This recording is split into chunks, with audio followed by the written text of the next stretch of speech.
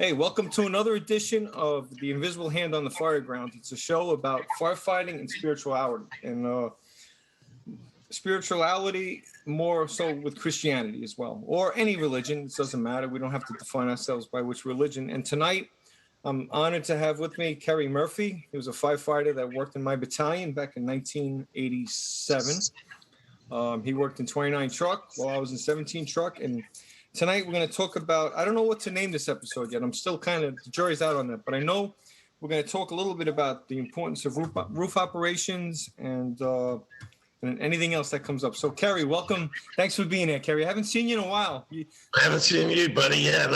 How are you, Chief? You look good. I mean, you look the same, but you have gray hair, and I have no hair. So yeah. I'd rather have gray than nay, Since 1987, yeah, things like that happen. But glad to be here, glad to help, and anything that I can say and add to helping anybody learn from my nearly dying and you being at that job too, knowing how kind of crazy it was and how it was my first night in the company and right. Just nobody knew who the hell I was, and I forget who was the roof man for 17 that night. Jimmy Gilligan. Yeah, Gilligan. When he hit the roof and saw just my hook on the fire building, and he's like, help me. And then he comes over and leans down. The fire's blowing out I think the third and fourth floor, and he yells down, "Hey, anybody down there?" Yeah. Hey, Kerry, before we get to that though, because I want to save that's going to be the heart of the story. But I want to know about you first. And you're Irish Catholic like me. We're both Irish Catholic, and I know you have you have an aunt that's a nun in Ireland. And tell us a little bit about yourself. Tell us about your connection with the Catholic Church, good, bad, or indifferent. I know you have a strong faith, and your faith was definitely strengthening that night. And so just tell us a little bit about your background, like how you became a fireman. I know I always wanted to be a fireman, or I should say firefighter, because these days we have to be a little more correct. But, yeah. But how'd you ever get into the fire department? Well, let me start first with, I'm first generation Ireland. My dad was born in Ireland. Both my grandmothers, my mother's mother and my father's mother, were girlfriends that grew up in Sligo together. And my grandmother, my mother's mother, went back to Ireland to visit her friend, brought my mother along. She met my dad, Baba, they hooked up. And so that was that. And they came back to New York. Actually, I was nearly born in England, in Sherwood Forest, Nottingham. He was working for Shell, my dad. Anyway, from 6 to 12 years old, every summer, my parents would send me over to spend the summer with my grandmother in Dublin, Ireland.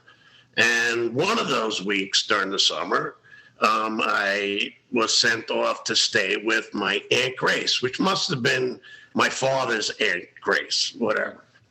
And, whatever, there's a picture of her, and right. At 6 years old, I didn't know anything. I don't know if this kid has seen it all, but, they got the penguin outfits and everything, and, Yep. And they lived in this beautiful retreat on the coast of Ireland, and but she was one of the nuns from the Chinese missions, and she was in China when the communists were taken over, and they were killing the Catholics and the religious. So she was a group of one of 28 religious people trying to get to the coast. They were catching up. Priests were giving themselves up, and they were tortured and killed. Long story, she just was one of 8 to actually make it alive. So things like that, in the fire department, the difficulties of living through something like that, it gives you graces, I guess. I don't know. I mean, I did grow up Catholic. I went to St. Sebastian's school in Woodside. Finished it. Stop right there. You went to St. Sebastian's in Woodside.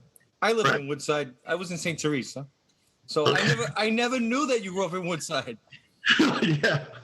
I grew up in Woodside and the Mets Apartments off of Broadway there, so. I lived in the Mets, Kerry. Now, this is the first I'm hearing this now. Yeah. Well. The Irish Enclave. Yeah. Yes, the Irish Enclave. Yeah. Anyway, and how it is. We still go back to funerals down there. I was sad to hear that Donovan's is not closed, which it's heartbreaking to hear that, because I can't tell you how many times we've been in there for a funeral or. I thought it was St. Catherine's was the church right there. Is it? Or maybe it's St. Teresa's. I don't know. No, so there's 3 churches in Woodside. St. Sebastian's is the king, the parish. We were a smaller parish. I lived in the Mets, but I lived in the Mets down on 49th Street. And St. Teresa's was down near the BQE, near the Kosciuszko. Okay. Then you had Corpus Christi, which was on the other side of Woodside, on the north side. So, so I know your background. You grew up like I did. I'm 3rd generation Irish, but I'm 100% by the way. But so we have the same culture behind us. We have the same background. So, and you're telling a story about your aunt, and I know it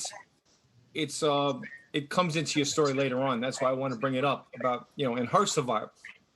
Well, I never realized, you're 6, 7, 8, 9, 10, 11, 12. You don't really realize, nor would I ever ask this Aunt Grace anything about her past or what she did.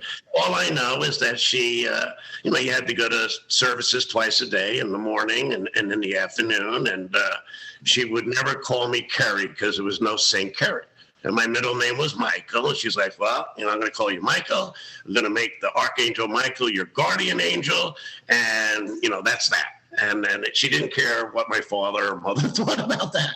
And she just called me Michael. So, and, just had a lot of fun with the, I was a little kid, flannel pajamas. Ireland, is cold. And, but this place had all these marble floors and they would slide me down the hall, the nuns, you saw the picture. I just can't imagine actually them having a little boy in their place. And then every day go to chapel. And then they would tell me like kind of what to think about and give me cards to try to get people, pray for them to get out of purgatory. And there were numbers. And even at that age, I'm trying to do the math. I'm like, boy, man, if somebody doesn't pray for me a lot, I'm never going to get out of purgatory. And, anyway, all that, it was a wonderful time. But that was really all my memory of it. And it wasn't like, after 12 or whatever, and, went to high school and sitting in college in Texas, St. Mary's University. Never thought of her, really. There was no real reason to, so anyway. So tell me about how you got in the fire department. I know that you mentioned that it was kind of a fluke. So to me, I wanted to be a fireman since I could remember. Right. Well, I'll tell you, I was in Texas, got my degree in finance. My mother was a Eucharistic minister, had talked to a guy that was working downtown and asked my mother, about her son. And he goes, I might have a hook for him to get into working in the financial district. So my mother calls me up. I come back up to New York. I had no intentions of moving back to New York. Texas was great. San Antonio, where St. Mary's University is, was great. So I come back, meet with this guy, and then a few days later, I'm going to play golf with a friend of mine. And he's like, well, we got to stop at the post office before we go to the course. I have to mail in an application to the fire department. I'm like, wow, fireman, cool. What a great, he goes, I have an extra application. And I'm like, who has an extra application for anything? I've never somebody that, So whatever, $12 money order back in the day. I don't know what our test number was, but I'm sure you do. 1162, I think it was, but whatever. So, fill it out and send it in, and went to one course or whatever about taking the written. And that was it. I wasn't really very serious about, I'm not thinking, I had no idea how competitive it was to get on that job, So anyway, when it took the written, my friend calls me up one day later and he's like, "What did you get on the written?" And I'm like, I didn't get a card. I don't know. So I go, "What did you get?" He goes, "You got an 87. I'm like, "Wow, 87. I'm thinking B minus. Wow, that's that's close. Not good. 87 wasn't good on that test. No, but I had no idea. And because I didn't get a card, I thought that, I must have flunked it and they didn't even want to waste a stamp on me. So anyway, then I got another card showing, to take the physical down in Brooklyn. And that our class was the class where they changed the physical to get on the job. Yep. And they made it really strenuous. And so I'll fill people in on that. So that was in the Putnam Armory, and just as ironic, I was in Ireland that summer, and I have to say that I had more than one beer, let's put it that way. And I came back, and my grandmother told me that, she says, you got this card from the fire department, and I had to take my physical. You're right, they changed the physical. What they did was, in 77, they made him do all kinds of things, like a hang, walk the wall, a 1.5 mile run within whatever, broad jump, the whole thing. And then our test, I can still tell you today exactly how that test went, right? You started off, you drag the hose, you take a rolled up, you go up the stairs 3 flights, you pull the hose up. Right. You got to do this 100-foot walk, 100-second walk. You get to a wall, 6 foot, you go over the wall. Now, this is where I went sideways. I was so pumped up that you have to get 100. It's banded by 100 or 95. I go to the ladder. I throw the ladder up. Get 100 within 4. You had to do the course within 4 minutes to get 100. 4 minutes, 240 seconds. I take the steps 2 at a time. I'm so pumped up. I get to the bottom of the steps, and the monitor says, "You didn't hit all the stairs." I said, "What do I do?" He says, "Go back and touch them." So I went back, touched the ones I missed. Then you stopped. You picked up a tool or a weight. You went up the stairs. You hit a tire across this table. Right? Then you dropped it. You had to drag a dummy. Well, back up. Remember that we had to put up a ladder. I did. It was to the floor. Yeah, right. I put up the ladder. I climbed it, but I went 2 at a time, and that's where they stopped me. Then I had to go back. I missed 100 by a few seconds, so that gave me a 99 and 95. And if you want to ask me about the written, I got question 68 wrong, and I could tell you what I answered. So I had the 99 and 95, and you probably had the 195, I would say. No. So as far as I remember about the ladder, we didn't have to climb it. You just had to take it from the floor, basically lift it up, take it by the rails like we learned in the academy, and then place it against the wall. Then you had to climb it. You moved stairs. No, you had to climb. You had to climb it. Trust me when I tell you that. You had to climb the ladder. Because I nearly died at the end of this thing. But anyway, when I show up that morning, there's all these guys. They're all freaking buff, and they got gloves and stuff. And I'm like, wow, man, was I? Did I need to bring gloves or these gloves? They're broken, whatever. I'm like, oh, okay. It's 7:00 in the morning in Brooklyn. I don't think I'm going to be able to find fireman gloves. So no, they'll give them to you, but you're out of luck because they're going to be brand new and they're not broken in and all that. So I'm like that. And then I go, what did you guys get on the written? And they're like, we all got hundreds. And I'm like, 100? No freaking way. I know yes on the written. So anyway, all 100, then standing around, ends up. So there was a woman there, and they let the women take the test first before the men. Yep. So, she had done the course, but the clock had stopped or malfunctioned or something. So they, you know how strenuous it was. They couldn't ask her to redo it. So she would be the first one to go that day. Now, mind you, 100. I didn't, I guessed. I'm shocked that I got 100. Yeah. Now, this woman goes before me.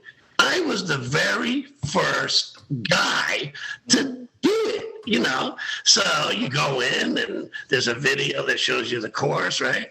And stuff. So blah, blah, blah, do the course, and afterwards learn, how miracles on that while I was doing the course even, so when I had to lift up the ladder, the fireman at every station. Mm-hmm. So I lift up the ladder as hard as I can. I'm exhausted. And the thing just goes, straight up. I haven't touched the rails at all. Firemen, we're both looking at it and it teeters straight up and then it leans against the wall.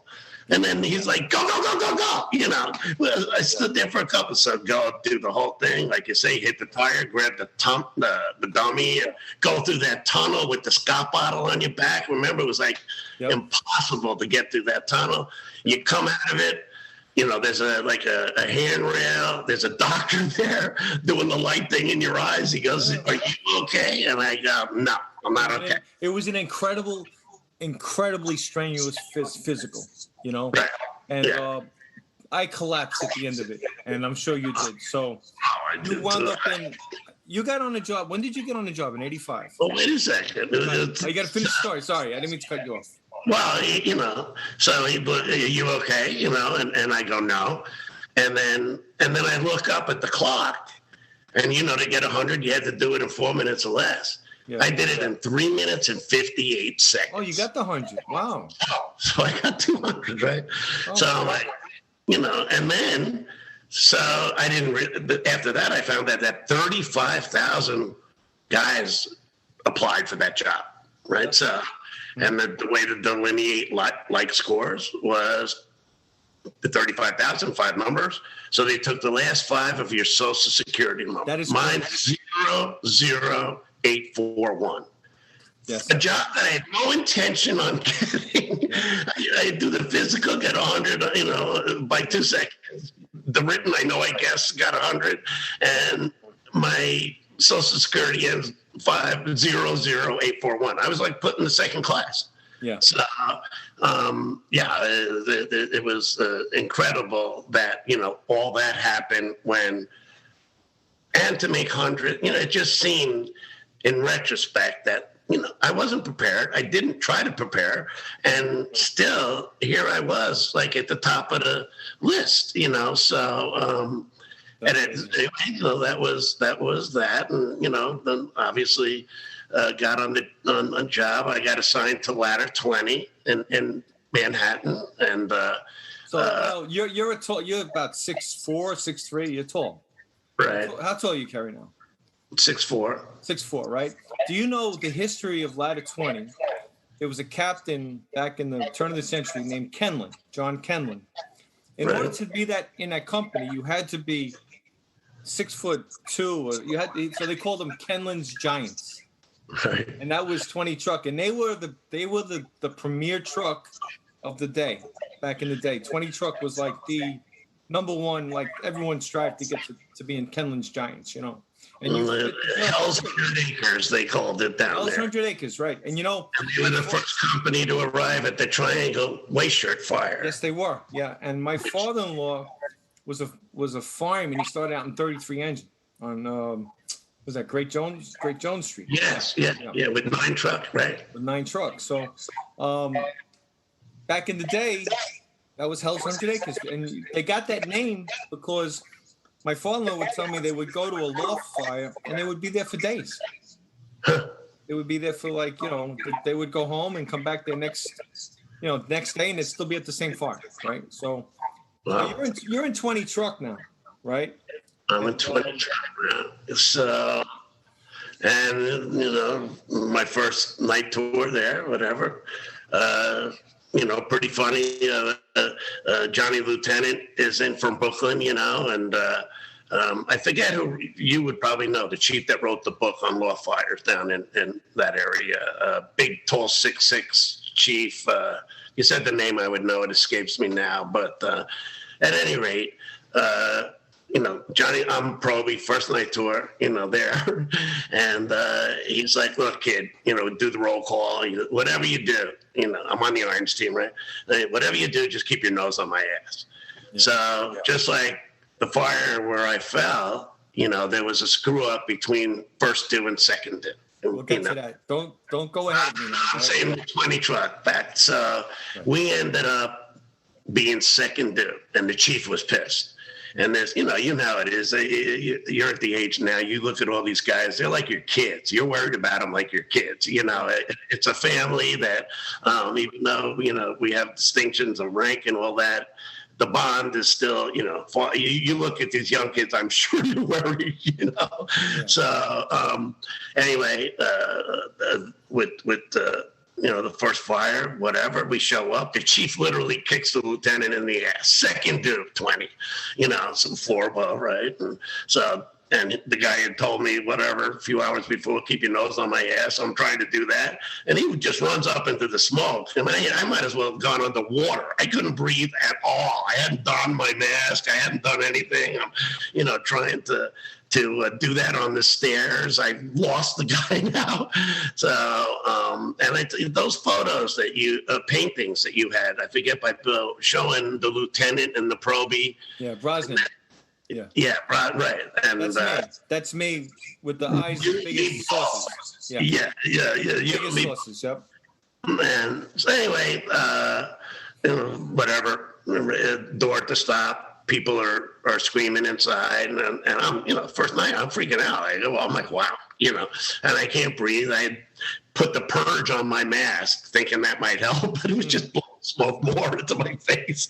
Right. So, and then we have to force the door. Fire is licking through the floorboards. I'm like, holy crap, Anyway,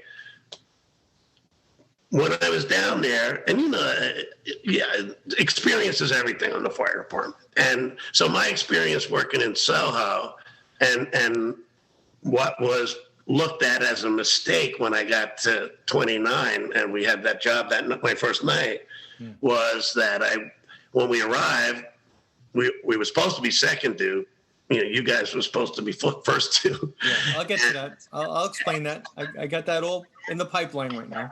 So, and I had studied the whole, roof man, whatever, what my role was and what my job. Let me ask you a question. What was drummed into our heads in Kobe school in regards to the roof man? And I'm going to say roof man because that's how they said it back in the day. What did they tell us about the roof man, if you can remember? Nothing shall deter the roof man from getting the roof, right? Yeah, to get the bulkhead door, right. That nothing shall deter you, right? So they would tell you that babies could be jumping out they'd be throwing babies out the windows or whatever. And I remember in 17 truck, like even Billy Lawson telling me, Sparky, he says, they could throw babies out, you'll get in the roof. I said, yes, sir. I will get the roof, the first time I had the roof was in 29 truck, by the way. But it's supposed to go to one of the most seasoned guys, right? So right.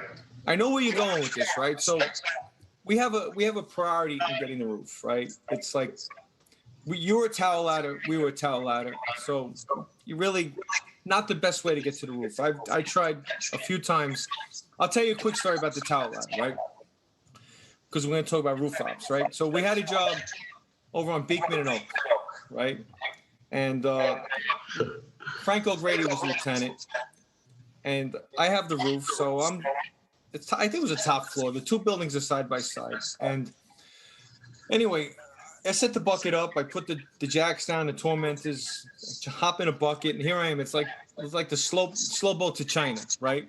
It's taking me forever to get to the roof, right? I get up there, I get off, and they already got the fire knocked down, right? So I open a bulkhead, but it was like already after the fact, right? So after the fire, Frank O'Grady, lieutenant, says to me, he says, when I lived in this building, I was a kid, we used to jump across the rooftops, because they were kind of close to each other, maybe about 6 to 7 feet, whatever it was, So sure enough, next set of tours I come in, we catch another job over there, and I have the roof again. So I go into the exposure on the fourth side, or the Delta side, as the rest of America says. And I never forget, I'm about the third floor, and this woman says to me, she goes, "Yo, Mr. Fireman, you're in the wrong building." So I'm like, whatever. So I go up to the roof. I got my Halligan hook. I got my Halligan. I got my leather boots on, my jeans. I take my tools. I chuck them across to the other rooftop, and I run as hard as I can, and I jump over the shaft onto the other roof, and I pop the bulkhead. So after the fire, O'Grady says to me, he says, "Danny, he says, how'd you get to the roof?" So I said, "I did what you told me." He says, "You did what?" I said, "Yeah, you told me to jump over the shaft." So, so the tower ladder is not a really good way to get to the roof. And you're a tower ladder, I'm a tower ladder. So when you're in 20 truck, I know Soho, and I know that those loft buildings, the fire escape in the front goes to the roof. So the priority is the adjoining building. That's always the priority. The second choice is the aerial, but we didn't have an aerial. The third choice is the rear fire escape, because the rear fire escape goes to the roof. So let's jump ahead. We'll jump ahead now. You get out of 20 truck. You want to get to the South Bronx. You transfer up to 29 truck.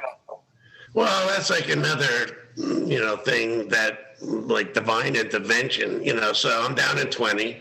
I'm about to buy a house up in Orange County. So, it's just an easier drive to come up with a GW and have your firehouse in the Bronx or Harlem or wherever. And, but it was the borough command down at 20 truck. And so I'm buying a house, and, it's a big commute to get from where I'm going to be living to downtown Manhattan. So, anyway, the lieutenants, the borough command and the medical office at 20, and the lieutenant in charge of transfers comes in. I'm like, Lou, how do you get a transfer up into, the north part of the city, so I can commute up to my house easier. He goes, and then he just looks at me. He goes, "How long you been on the job?" I'm like, "Well, like a year and a half, or whatever." And he goes, "Do you have any medals?" And I'm like, "No." He goes, "Yeah, do you have any hooks?" I'm like, "No." He goes, "Just get comfortable. You're not going anywhere for a real long time." So, but he goes, "Put your paper in," and so I feel that literally just looking up at companies up there and just putting them down, Yeah. And then 3 weeks later, I get a phone call saying, "You've been transferred to 29 truck."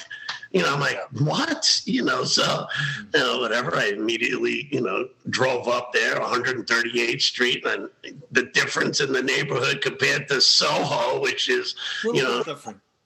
Filled with art galleries and all the, they're a real hot neighborhood. Anyway, and that was, so even that part, getting transferred, where it was like not going to happen, and then it happens within 3 weeks. Yeah. So my first night tour there, I am closing on my house the next day. Mm-hmm. So, and this is like the bad part that I don't really tell very many people about, as far as and the religious aspect to it, and how poignant and life-changing it was for me. So, I'm a bit ashamed to admit that, money was on my mind real intense. And after doing all the duties we did and all that, and had a cup of coffee, I'm standing by the apparatus doors, and right across was St. Luke's Church. Right. And in my mind, I just said, I'd sell my soul to the devil to be able to get that golden injury, type of deal. Oh, and I'm like, I never knew that. Wow. I know. I don't know very many people. It's kind of a shameful thing to, to ask for. I don't know if you've read the book, The Devil and Daniel Webster, but it's about something very similar, and Daniel Webster was a great lawyer, congressman, and he defended a guy that had sold his soul to the devil so his farm would prosper and he'd make a lot of money. And what you're talking about, for people that don't understand, you're talking about a 3/4 disability injury. The 3/4. Okay. Right. So, yes. And so, anyway, I said that. After roll call and everything that you could do to check the rig and the tools and everything. So, what is it, 7:30 maybe, or, and it was just a cup of coffee. And, this all took, seconds to transpire in my mind, this awful, terrible thing.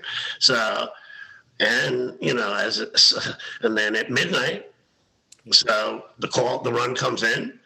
And let me stop you 1 second before you go any further, because I'm going to give you what was happening on 143rd Street. So it's July. What was the date? It was the 29th. The came in at 0001 hours on July 1st. Right. July 1st. Okay, right. I'm on the house watch in 17 truck, right? And I'll just tell you what was happening up by that night. I could still remember it like it was like yesterday. Murphy was the officer, Bobby Murphy, old little grunty, groggy, salty dog. Yeah. I don't know who his chauffeur was. Bobby Stokes had the OV. Your first night tour, you're the roof. Yeah, I think it was Frankie Ungaro had the seat. Frankie, okay. And then on the inside was Chuggy, Jerry O'Grady, and Rick Hoffman. They were both probies. Right. Up on 143rd Street, Jack Ryan was driving, senior man. Right. The officer was, covering guy. Let me get to that in a second. Covering captain. Everything happened when we had a covering captain. I had the irons, and I was just almost off probation. We had another guy on the can who was from the engine. We don't need to talk about him. Jimmy Gilligan had the roof. Jimmy Ferry had the OV. So that's what's going on up there. Now, like you said, the run comes in at midnight. I'm on the house watch. We had this big foghorn, right? So phone alarm for fire. I hit the tones, and 60 was so aggressive. They were just so aggressive, man. They were out the door within like 15 seconds, man. Boom. Right. And the battalion's waiting because the battalion comes with us. Right. And we're all on the rig. I'm sitting on the rig. I have the irons, and the rig is fired up. And there's no officer. They're a covering guy. Right. So, like, they yelled at me, kid, go upstairs and get the officer. So I go up there. I bang on the door, and I go in there, and he's kind of like, he's a little groggy, put it this way. I guess he wasn't used to our way of responding or whatever. So, I mean, he was just there for the night, Right, so, I get him, and we get on the rig, and then, as we made the right onto 143rd and left onto Alexander, you could see the glow from the back of the building. Right. Where I was from. So that's where I'll leave it for now. So we're already behind the 8 ball. 60 is probably already there. We're not going to be first due anymore. So now you're in 29's quarters. Right. What's happening down there on the bums on the hill? Yeah, the bums on the hill. So I had the can that night, and the roof. You had the roof. Oh, I'm sorry. I had the roof. We're talking about the roof tonight because we had. I'm sorry. I had to. Yeah, totally screwed that up. First night in the South Bronx, you have the roof. Right. And you know nothing about the buildings in the South Bronx. Don't know really anything about the buildings in the South Bronx. The only tenements that were around 20 was right behind the firehouse on Mulberry Street. And there were a few old tenements there. So, but yes, I have the roof. So we show up with first due, and Bobby Stokes was huge because he, salty as the, old time guy, 30 years. Yeah, he never made a mistake, knew everything about everything in those neighborhoods, so. Yeah. And so I get off the rig, and got to get to the roof. Like I said, nothing deters you from getting the roof. And so, and like you said, it was a job. I was rocking. It was rocking and rolling. Yeah. It was rocking and rolling. So, it was the adjoining building right across from the 4-0 precinct, right? Yep. Corner building was McSherry's was the bar, McSherry's bar. Yes. So anyway, I get off the rig. I'm going to hit the adjoining building and go up the stairs. But I saw the fire escape right there. Yep. And right down from 20 truck, which I just had left a few days before. Yep. It was a building, looked just like it. Yep. The fire escape positioned the same way.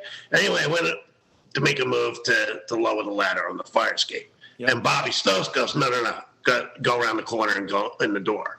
Right. So I didn't realize, maybe, whatever, my first night, this is all, I don't know if I'm pretty sure I wouldn't have gone for the fire escape if I didn't think it was. I don't know if smoke or fire was interfering with that or whatever, but I'm going to interject for 1 second. I want to tell you something that didn't happen in the day back then in 17 and 29. The roof firefighter normally just wore a little bit of leather boots, a pair of jeans, a short coat, maybe lucky if it has a helmet and a tool. And you were kind of loaded for bear. You had your mask, you had everything, rubber boots, I'm sure, all ready to go, right? Right. I'm, all officials. Didn't realize, the Manhattan and the South Bronx were two completely different. Exactly. Anyway, I hit that adjoining door, hit the buzzer, bombero key, I get buzzed in, I start going up the stairs, and the smoke is on the third floor already in the adjoining building, and I'm like, it wasn't heavy, but it indicated that when I hit the roof, it was going to be fairly heavy. Right. And then, at the academy, they train you, 3 seconds. Take 3 seconds to stop, think about what you're going to do, what's in front of you, and how quick is 3 seconds, and it can change your life, right? So I stop for a second, I crack my bottle, if I'm going to need air, and so get up, and smoke condition at even the doorway was very heavy, and it was very, weird. What was the determining factor for me falling is that, all bulkhead doors, 99% of them face the rear of the building, right? I was just going to tell you that. So I was going to stop you right there, because before you step foot on the roof, I wanted to say that. And then I want to tell you now what's happening inside the building, right? Okay. So we get there now, and we're second due. So we have to go to the floor above. And I think the fire was on the 4th floor. Now, here's something that's very unusual about that building, where I almost got myself in a bad way as well, right? So we got to the 4th floor, and I remember, for some reason, Murphy, because I didn't have a radio, right? Back then, the irons and we didn't have a radio. So, but I remember, if I can remember correctly, he was screaming we were getting crushed. The heat was unbelievable. You hit the bulkhead, and you were still on your way, I guess, and Gilligan was on his way. When he came out onto the roof, I was expecting the bulkhead to be heading towards the back of the rear of the building. Yes. There is no parapet. And that's another thing they train me about. Make sure you don't, crawl off the back of the building, because you'll fall. So, but the bulkhead on that adjoining building was exposure 2. It was facing exposure 2, not exposure. It faced Alexander Avenue. It faced on a 90-degree angle to the building. Right. It's a corner building. Right. So that's what kind of could, considering how charged it was. I mean, the smoke condition, you probably couldn't see the hand in front of your face when you're up there. Well, it was definitely heavy, which a lot of guys found it hard to believe. It's a roof job, but it was July 1st. I don't know it was a very hot, muggy night. Yeah. So all the smoke just banked down right away. It wasn't just going. So I'm thinking, because I'm coming out the bulkhead door, I'm going to my right, which would have made me go towards the fire building. Yes. So, and then, I'm noticing that, all of a sudden I see a couple of, big bunch of fire coming up from somewhere. Yeah. And then I make my way back around the bulkhead, and the one photo that they have of me that's in the newspaper, they show that the shaft is irregularly shaped. It's a diamond. We call it a diamond shaft. Right. Well, there was that little extension too, on that. I don't. Yes. Mm-hmm. So, and with my height and the hooks, I make my way back around. And the only time I could see the bulkhead on the fire building was when fire blew up through the shaft, and it illuminated even through the smoke. I could see the structure itself. Right. So I put my leg over the parapet, and I'm pounding the roof with the hook. The fire building with the hook. Everything, you did everything you're supposed to do. You checked the roof with your tool. You did everything correct. And like one of the, I don't know if it, you know, like you said, I had my rubber boots on and all that, not the shoes that we so love, the, you know, right. Because you had to move quick and on fire escapes and all that, it was tough. So, and with my height, I'm able to straddle that parapet, and my 1 foot, my toes are on the adjoining building, and my hook is pounding the fire building. Yes. So, and my foot that's in the shaft is hitting the bricks, and it made it feel, because I'm hitting the roof with the hook, that I'm on solid ground. And you're right, Lieutenant Murphy is like, get the fucking bulkhead door now. We're taking a beating. So I'm going to stop you right there before you go any further. So while this is going on, he's screaming. We're getting crushed. I was on the floor above, and it was just like, I remember 41 engine being up there with us, right? Now, here's what happens, right? So I go to the back of the building, right? And it's a railroad flat. Now, railroad flats are those that they look like one room after the other, right? Front to rear. And generally, on a railroad flat, when you see a front fire escape, that means there's 4 apartments per floor. Me, being not paying attention to what I was doing, didn't realize that there was no rear fire escape. So the only fire escape was in the front. So now I get to the kitchen. The fire is now burning up through the floor in the living room, right? So when you go to a railroad flat, the rearmost room is a kitchen with the bathroom. Then there's like a living room, and then there's 3 bedrooms generally. I lived in a railroad. That's how all railroads are. The fire is now burning up, and 41 is now coming in. I go past the fire towards the rear, thinking I'll just pop out onto the fire escape if it's bad. I get there. There's no fire escape. And now the fire is now, the whole living room is going. And we're getting, like, there's no vent because, like, there's the bulkhead's not open. And Murphy's screaming, like, you know, get the bulkhead, and you're now...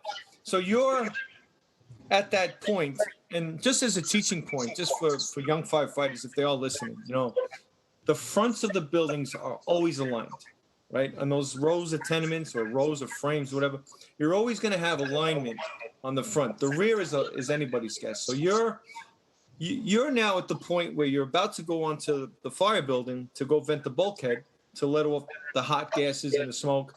And there's an air and light shaft. And what they did when they built the railroad flats is they put a shaft in the middle of the building. And that's like what we call the air and light shaft, because they needed to ventilate the buildings before air conditioning and all that kind of stuff, you know. So this is something that I always talk about when I talk about these types of buildings, is that, you know, you look down there, you saw fire. I mean, there must have been heavy fire in that shaft when you were going over it. Yeah. Yeah, there definitely was. You know, so, but I thought I was going to hit solid roof. And then when Lieutenant Murphy was, you know, screaming, you know, we need help, you know, we're taking a beating, you know, so I swung my leg over. I'm holding on to the hook. I'm thinking I'm going to be on the, you know, the fire building, and I'm going down, you know.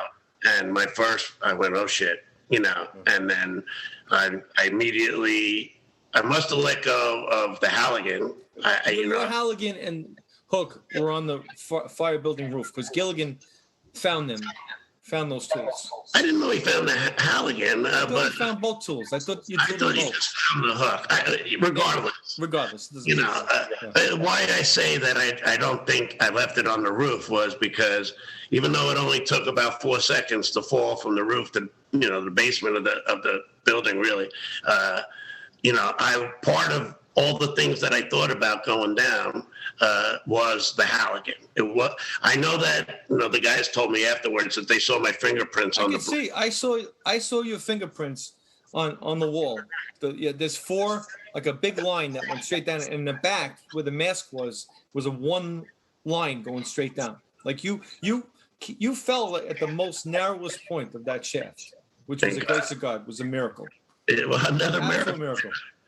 So, and I'm not, you know, I didn't really know that my Scott bottle was hitting the windows sills behind me. You know, I didn't realize that it was that narrow part of the shaft, you know. Right. So, and I'm trying to grab with everything I can have, you know, those windows and sills when I hit them. So And so, I'm doing that. I'm conscious the whole way. I've gone to Catholic schools. So what's going through your mind? Church, all. What's Well, going through your mind? Like when this is. Well, at first, what's going through my mind is that, first I go, oh shit, and then I'm trying to grab the first windowsill that I hit. I went in kind of sideways, and when I grabbed the first windowsill, it kind of straightened me out. Yeah. And now, so I'm going down, and what freaked me out at first was that my turnout coat was smacking me in the face, which showed the velocity with which I was going down. Right. So I'm like, and then I, for some reason, and I've never said it, I had never said it before in my life ever, in church or any time else in confession or anything, that I think cognitively, God forgive me for my sins. I don't know where it came from. As we sit here now, I don't know how and why that came out or that thought crossed my mind, because if you asked anybody else, it would sound like you were hedging a bet, Right. And so anyway, I said that, and I'm still going down. I'm trying to grab, the windows. I realize that, I'm not doing it anymore. I'm not able to even get close to holding it. And then another huge thing is that something about being in those situations, and all too well, I'm about to die. That mental threshold of crossing that mental threshold of I'm going to die in the next second. Nobody lives from this, type of deal. So anyway, in a way that helped give me a little more energy, despite knowing what I just accepted as what's going to happen in the next moment or two. So then I'm like, okay, when I hit the next window, I'm thinking the Scott bottle's on my back. I got nothing to lose. When I'm going down, I've seen in between tenements and those shafts, they have the iron fences, whatever, and I've seen people get impaled on that, Yep. And I'm thinking, wow, that could happen. I'm a righty. I'll give up my left side. I'll give up my left leg. If I, right. So all these kind of crazy thoughts and milliseconds of whatever. So and then I'm like, okay, next window I hit. I got the Scott bottle on my back. It's on a steel cage. It's pretty. I'll push off the wall and see if I can crash through the window of the next floor coming down. If the timing is, perfect. Guys, I know where you're going with that. You want to hit the ledge and try to crash because the windows actually faced each other almost on a diagonal, on a 45. Yeah. So there was a chance. It was, slim, but amazing that you could think that. But yeah, I guess. So I hit the next window. I pulled up my legs just a little bit, to get ready to push off, and at that point I hit the bottom. Yeah. And so my legs were bent, and they crashed right into the cement wall there, and my kneecaps were pulled off, and not very many people know that part, Right.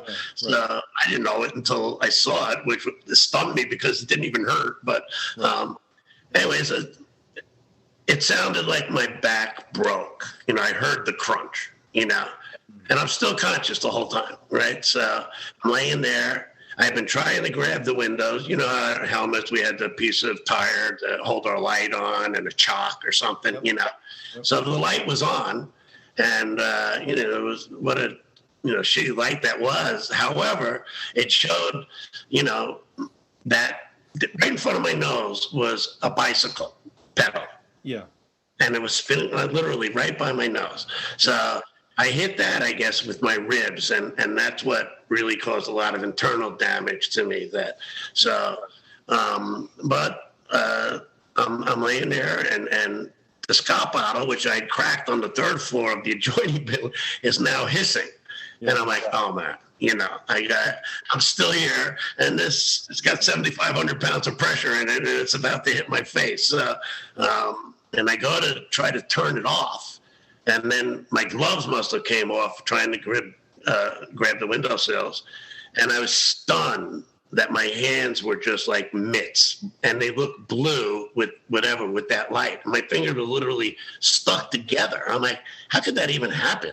Like this didn't take very long, So anyway, I was able to turn off the bottle, and our class got the new helmets that were heavier than, Right. and they could sneeze in the firehouse and the damn things would fall off, Terrible. With the fiberglass, yeah, it was terrible. Awful. So anyway, now, I've turned off that. Now I'm still, really upset that everybody's taking a beating in the fire building and I didn't do my job, Right. So I go to find my radio, the mic, and I'm following the cord, and it's going underneath my helmet, which is still on my freaking head. I have it. It's still bent. Yeah, look at that. Wow. So that's literally how I hit. And then so finally I'm able to get the mic, and that's when Gilligan is yelling down the shaft. Hey. You down there? I'm thinking, dude, if I could yell up 6 stories right now, that you could hear me. But anyway, obviously he immediately went and did the job, opened the bulkhead. And so then I get the mic and I'm, trying to talk. I'm saying 29 roof to 29. But that's all I could get out. I didn't realize my lungs would get having blood and get, filling with blood. So anyway, I kept on trying, 29 roof to 29. And I said it like 3 times, each time losing a little more of the sentence, Yeah, I think it's at some point. Now, I'll tell you what was going on. I was on the 5th floor. And at this point, the floor had burned through. And 41 was still trying to knock the fire down. And we were just getting blasted, And you must have got the Mayday out because I heard Mayday, Mayday. No, I didn't. Or something, or DePippo gave a Mayday. Someone gave a Mayday. Captain DePippo of 83 Engine, he happened to be listening, and he said Mayday, and I'm like, DePippo gave it. Yeah, he said Mayday. Yeah. Yeah, I'm gonna call Mayday, man down, and then which then how that works. You don't die of fire, you die of smoke inhalation. So all you guys, all my brothers, ventilated all the windows. So now all the wood from the frames and the glass come crashing down on top of me and kind of burying me a little bit. And, but it was, the serious side, a religious side, and a funny side. That's one of the funny sides. I'm thinking to myself, geez, I could have said Mayday a bunch of times. Here I am trying to talk in full sentences, So anyway, that happened. The Mayday's called. All the windows, everything comes crashing down on me, to ventilate the building. You guys stop fighting the fire first, hoping to find the man down. And then Bobby White. Bobby White from 60, yep. So he was on the 3rd floor window, if I remember correctly, and he looks out, and I hear him say that, I see him, I got him, he's, in the shaft. So, and then he goes out on one of the pipes coming down and shimmies down the pipe to get to me, So there's funny sides to it. And poor Bobby, right? For years he felt mortified to ever be at the same place I was because of what. So he goes to me, brother, how you doing? I go, I can't breathe, and I was seriously losing. That was one of the scariest parts about the whole thing for me. Losing the ability to breathe, So well, what was happening that you don't realize is that first off, when I finally heard the Mayday, I didn't have a radio, and I guess the Pippo said it. They said Murphy or something like that. We didn't even know who you were, first off. Right. And then I thought the guys from 41 went through the hole in the floor that was on the 5th floor. So that's what I thought was happening. Okay. I remember Jimmy Ferry had the OV. He's on the front fire escape. The hook burnt away. I mean, he just somehow we lost the hook. All that was left was the handle, the hook part of it, Right, the metal part there. Yeah. But what really too saved you that you don't realize is that there was so much rubbish in that shaft, and it was enclosed. There was the door that normally gets into that shaft was covered by debris. So there was about who knows how many feet deep, like 10 feet deep of rubbish in there from the people that used to throw their stuff out, and the bike included. So Right. Kind of hurts you and helped you in the same time. That rubbish that was in the shaft. Yes, it didn't hurt me for sure, except for the bite. But yeah. So Bobby Wright, shimmies down the pipe, gets to me. How you doing, brother? I go, I can't breathe. He's like, we need to resuscitate it down here right away. So they lower it down. And so Bobby's there. It's been so many years. It's kind of a joke now. I don't know where Bobby Wright is, but even I think it's funny, So I can't breathe.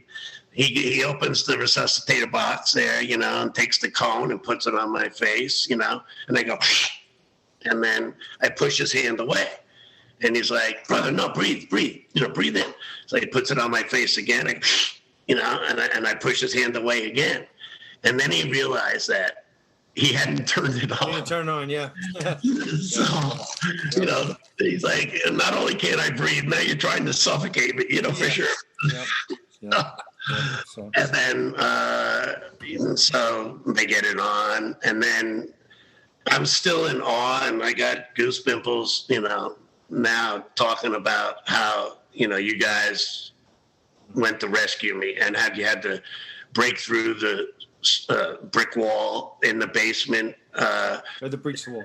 And then I'm laying there and I'm really losing my ability to breathe. And I'm thinking, I'm really losing my ability to breathe. And then what really has freaked me out ever since is who pops into my head but this Grace. I'm like, wow. I mean, it's South Bronx, roaring building, I just fell, but when she was like, we're going to make, the Archangel Michael, your guardian angel, I had said, God, forgive me for my sins for some reason, and that happens. It just, like I said, I have goose pimples now. Was she alive at this point? No. She had died. Yeah. Wow. So, I'm getting goosebumps now myself thinking about it. Yeah. And from what I know from family members over in Ireland, people that knew her said that, she was a walking saint, within the order. And I'm like, so, I have no doubt. I mean, why would that pop into my head if her presence wasn't there? Help me say, God, forgive me for my sins. I don't know, but it just, to this day, so, and then, everybody trying to rescue me. And then I actually forget the name of the guy from Rescue 3. They had, I'm laying there and I think it was Ryan had the maul and he's trying to get through the brick Jack Ryan was the chauffeur. Yeah, Jack Ryan. So he's just like swinging it right over my head, but at a pace that was, exactly, whatever, like a metronome. He's just swinging that maul nonstop, and then whatever. I'm watching the sand between the bricks, and I'm thinking of, the Rescue 3 dude is like 240 pounds solid muscle, and he's got that jackhammer freaking thing that he's coming through the other end. I go, I'm going to have this bit in my mouth in about 2 seconds, Yeah. So, but after they got the hole open, somebody else from Rescue, they're trying to bodyboard me. And it was just, like I said, I'm dying from lack of being able to breathe. So, you know how we are, like we don't have to say anything. And he looked at my eyes, I looked at his, and I'm like, so he just grabbed me under the arm and pulled me through the hole. It didn't matter one way or another. If I was paralyzed, I was going to die So I know they were screaming at him for doing that, but anyway, then going to the hospital. So it's kind of ironic is that like, up until I think 1995, we didn't have any we have now a fast truck. It's just for this, specific purpose. And, when we talk about rescuing firefighters, we still, like as a chief, I had a Mayday not too long ago, and you still have to fight the fire, right? Right. At the same time, we have to manage. It's like an event within an event. Right. Your event back then, it was just like everyone just dropped everything and like, well, let's get Kerry, And now, we have a RIT team. We have I would, if this happened today, I would have my fast truck or my rich truck. I would have my rescue. I'd have my squad. I would have an engine. I would have medics. There would be a whole with a chief and we would have still fought the fire, But this was back in 1987, and things were a little bit different back then, So, yeah. So, I don't remember how the fire put out. I know we wound up with 2 floors of fire. I guess eventually, it went out. And then I remember it came in at midnight. I remember the next morning we went back, though, and you talked about, we figured out what happened. Like, we were able to kind of deduct that, you came up the bulkhead. It was like you couldn't see the hand in front of your face. And, you went over and you could see your handprints and your mask print, like straight down, One of the things that we tell guys, young firefighters, when they're in a situation like that on the roof, that just stand still, just for a few seconds. Let the wind shift if it has to. The story we spoke about last week with Bobby Norman on the roof. That's what happened to Bobby. He was on the roof and he's crawling around. He's like hanging on for dear life, And I could imagine that you were probably in the same position, Right.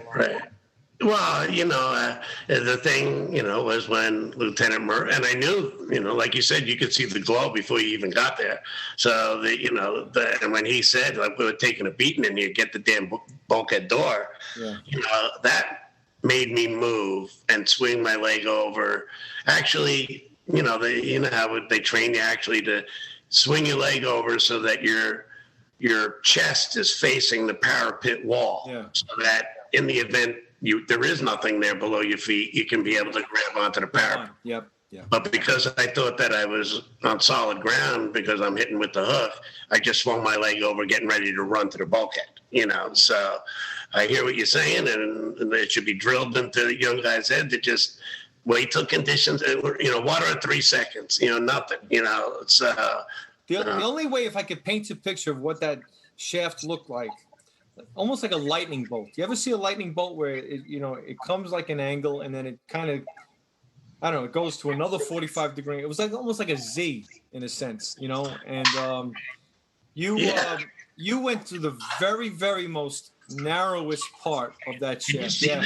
I'm gonna post that picture because no one can see it. See over here how it looks like that Z. I don't know if you can see it, but I can see it. Yeah, but I'm gonna post that to go with this because we're doing just audio, But so yeah, just an amazing story, and you survived, and and then you didn't get your 3/4 at that moment. Well, you came back. I could. Full duty. Yeah.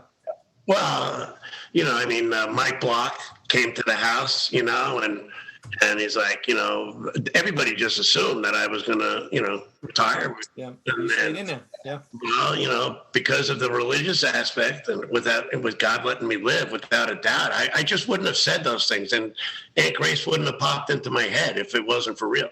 So Mike Block is like, whatever. I go, look, I'm not suing the city. I'm not going to sue. I can't profit from being left alive by God.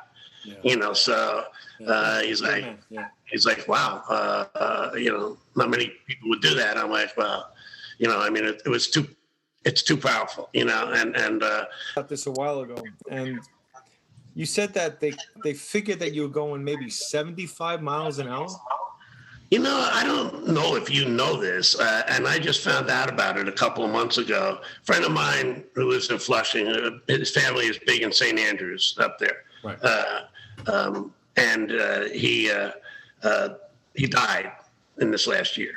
Yeah. And because his family was influential, they opened the church, somewhat, blah, blah, blah, blah, blah. And anyway, my other friend is standing there with my friend who died's brother and 2 other guys. And one of the guys was a fireman. And he's talking, and somehow or another, my name comes up.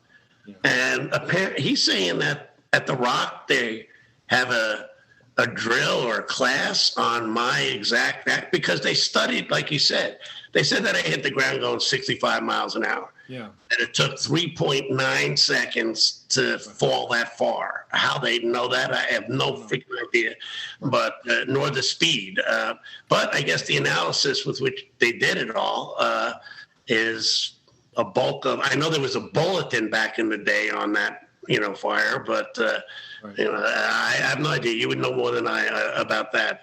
But he found it stunning that this guy would bring up my name, and it had something to do with that fall and being taught at the Rock and wherever it is now. And so anyway, just it's just definitely a walking miracle, and I feel really, like I said, ashamed of asking the devil that Your voice got permanently affected somehow by the fall, because your voice is still very raspy. From what I remember, it was never like this raspy. Is that from the fall? Oh, yeah. Well, whatever. It was blowing out the windows.